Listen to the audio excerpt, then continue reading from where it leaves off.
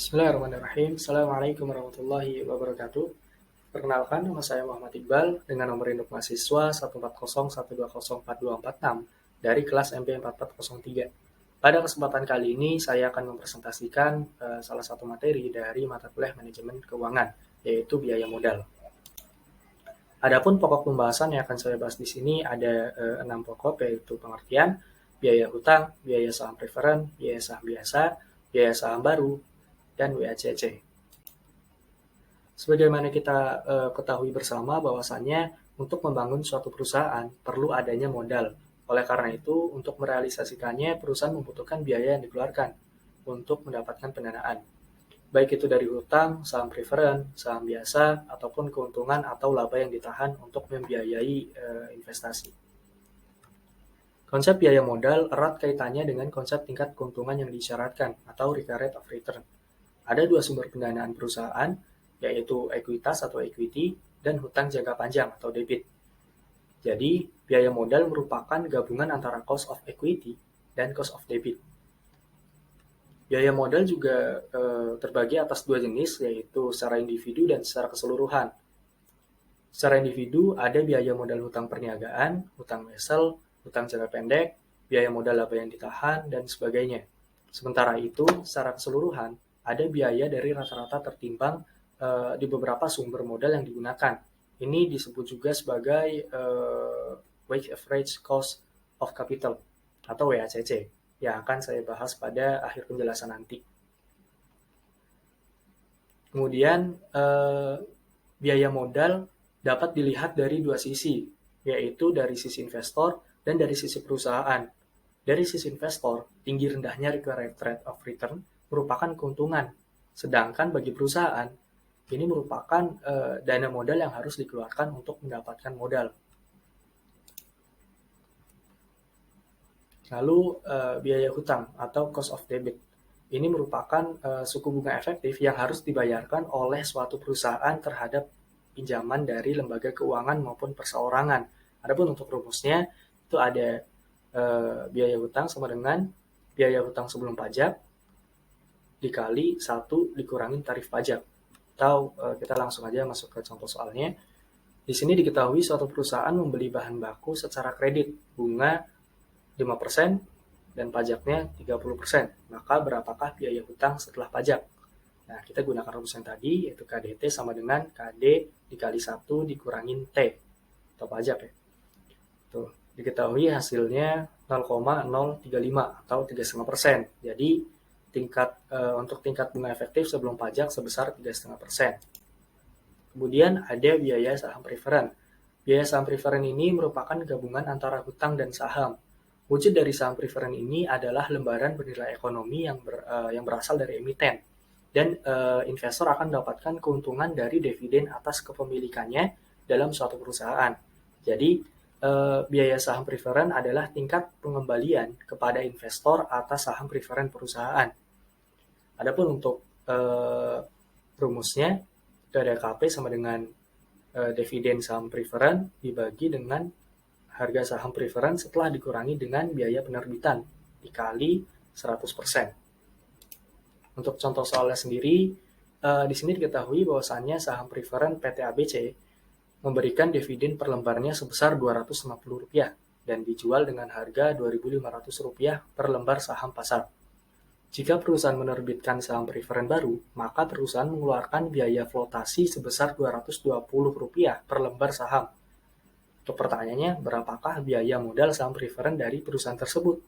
Nah, kita gunakan rumus yang tadi, yaitu KP sama dengan DP dibagi PN dikali 100%. Ketahui hasilnya 11,21%.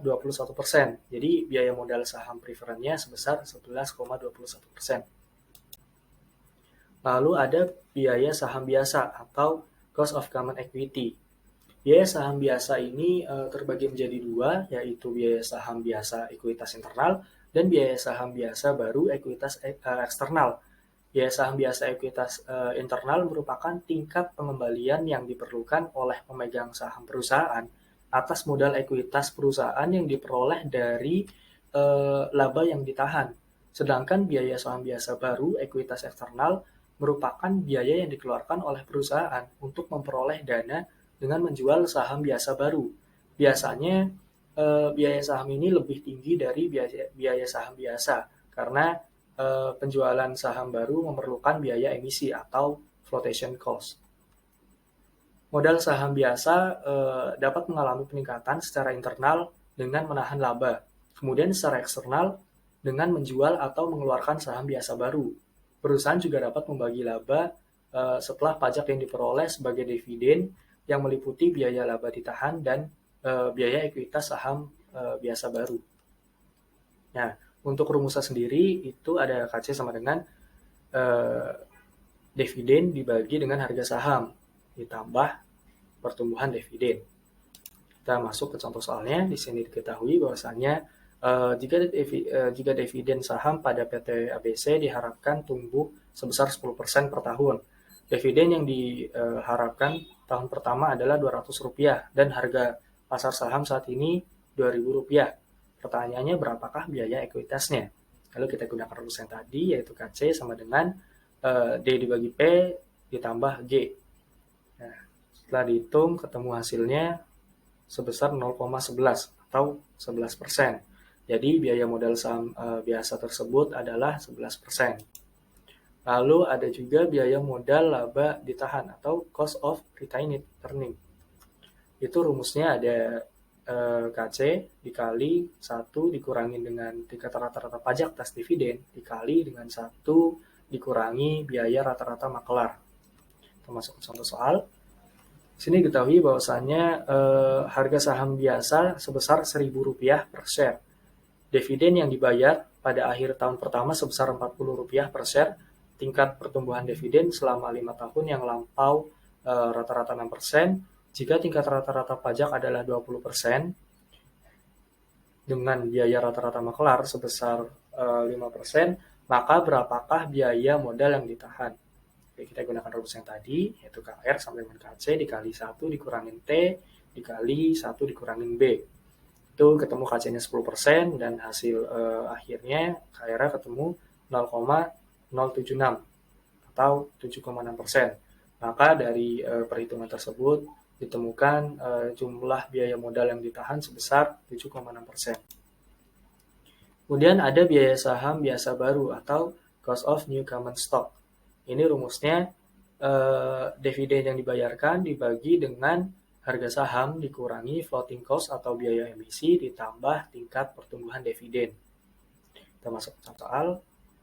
Di sini diketahui harga saham biasa PT ABC adalah sebesar Rp1.000 per share. Perusahaan menjual saham biasa baru dengan mengeluarkan biaya emisi sebesar Rp90 per share. Dividen yang dibayar pada akhir tahun pertama sebesar Rp50 per share. Tingkat pertumbuhan dividen selama 5 tahun yang lalu rata-rata 5%. Lalu pertanyaannya, berapakah biaya modal saham biasa baru tersebut? Nah, kita gunakan rumus yang tadi yaitu KJB sama dengan D dibagi P dikurangin F ditambah G. Itu ketemu hasilnya 0,15 atau 15%. Jadi biaya modal saham biasa baru tersebut adalah 15%. Kemudian masuk ke pembahasan yang terakhir ada WACC atau biaya modal rata-rata tertimbang. Biaya dari rata-rata tertimbang di beberapa sumber modal yang digunakan atau biasa disebut sebagai WACC, Weighted Average Cost of Capital. Ini memerlukan beberapa tahapan yang harus dikerjakan terlebih dahulu untuk memasukkan angka-angka tersebut ke dalam rumus ini. Jadi untuk rumusnya adalah WD dikali KD dikali 1 dikurangin pajak ditambah WP dikali KP ditambah WC dikali KC atau KCB. Untuk WD sendiri ini merupakan proporsi hutang dari modal. Kemudian KD merupakan biaya hutang, WP merupakan proporsi saham preferen dari modal, KP merupakan biaya saham preferen, WC merupakan proporsi saham biasa atau laba yang ditahan dari modal, kemudian KC merupakan biaya laba yang ditahan, dan KSB adalah biaya saham biasa baru. Kita masuk ke contoh soal. Nah, di sini kan diketahui bahwasannya PT ABC sedang menjalani suatu proyek dengan komposisi sebagai berikut. Di sini hutang jumlah modalnya 30 juta rupiah, proporsi modal 30% dan biaya modal 10%. Untuk saham preferen jumlah modalnya 10 juta, proporsi modal 10%, biaya modal 15%. Dan saham biasa jumlah modalnya 60 juta rupiah, proporsi modal 60% dan biaya modal 5%. Nah, jika pajak penghasilan yang dibayarkan sebesar 35%, dilihat dari proporsi modalnya, maka biaya hutang setelah pajak, berarti tadi 10% ya. Nah, di sini kan biaya modal 10% hutang. Dimasukkan 10% dikali dengan 1 dikurangin 0,35%. 0,35 maaf. 0,35 dari mana? Ini dari pajak penghasilan yang dibayarkan sebesar kan 35% tadi. Tuh, ketemu hasilnya 6,5%. Nah, kita masukkan ke biaya sini, bagian hutang. Nah, dari sini untuk mendapatkan hasil tertimbang itu ada biaya dikali proporsi modal.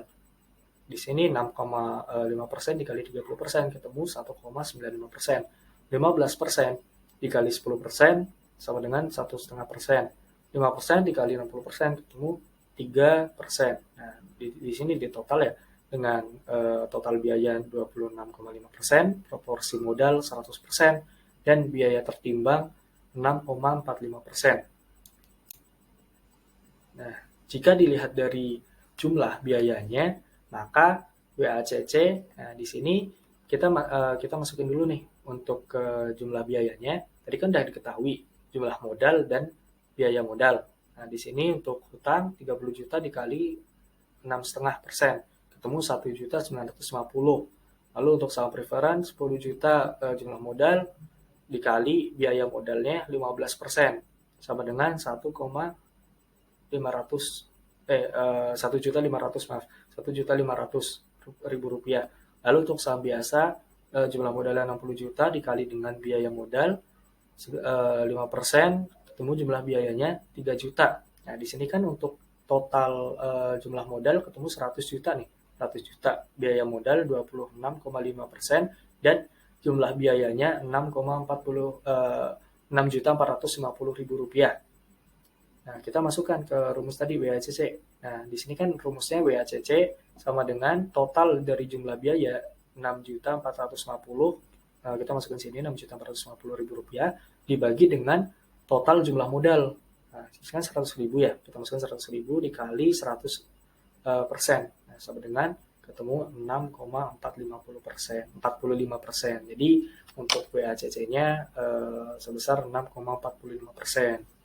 Nah, mungkin penjelasan dari saya cukup sekian. Apabila ada salah kata atau kesalahan, mohon dimaafkan. Assalamualaikum warahmatullahi wabarakatuh.